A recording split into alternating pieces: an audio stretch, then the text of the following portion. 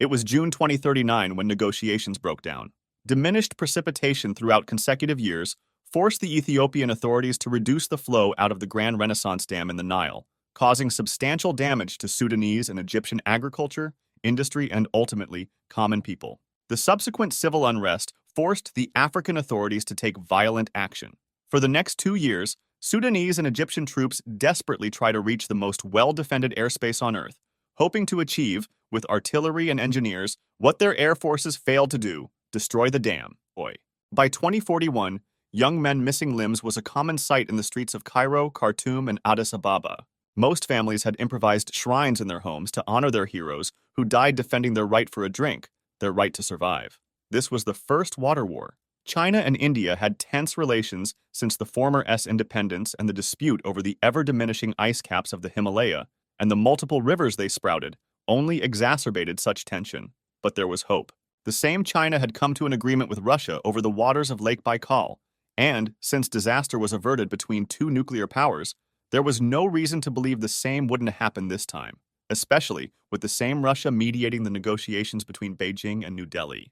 What mankind didn't know at the time was the unbridled economic blackmail to which Moscow was subject. Both sides were extensively using their diplomatic backchannels to make abundantly clear that, unless they got favorable terms in the negotiations, Russia was to expect a virtual embargo from its greatest commercial partners and subsequent economic collapse. When Russia abandoned the mediation, the world held its breath.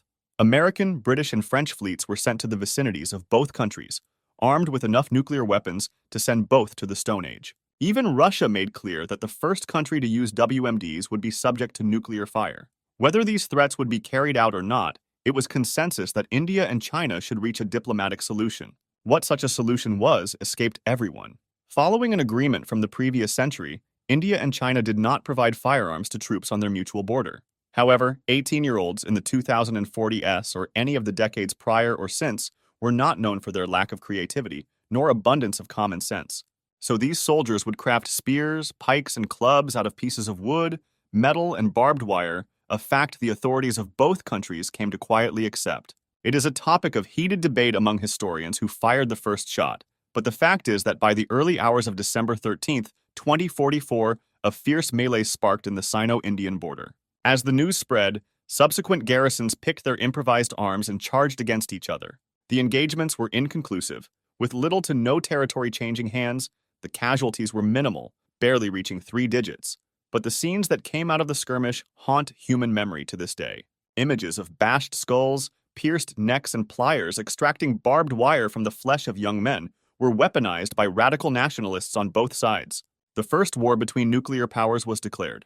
While one can reasonably question the sanity of the rulers in New Delhi and Beijing, none can say they were entirely devoid of intelligence. The prospect of large-scale modern conflict and the threat of nuclear annihilation by each other and third parties forced the Chinese and Indians into a silent agreement.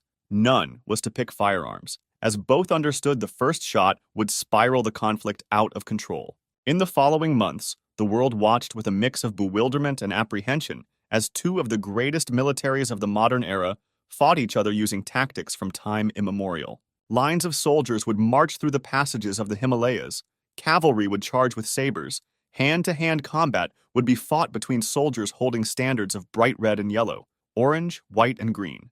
As humanity carefully sighed in relief, one group was less than happy with the situation development: the soldiers.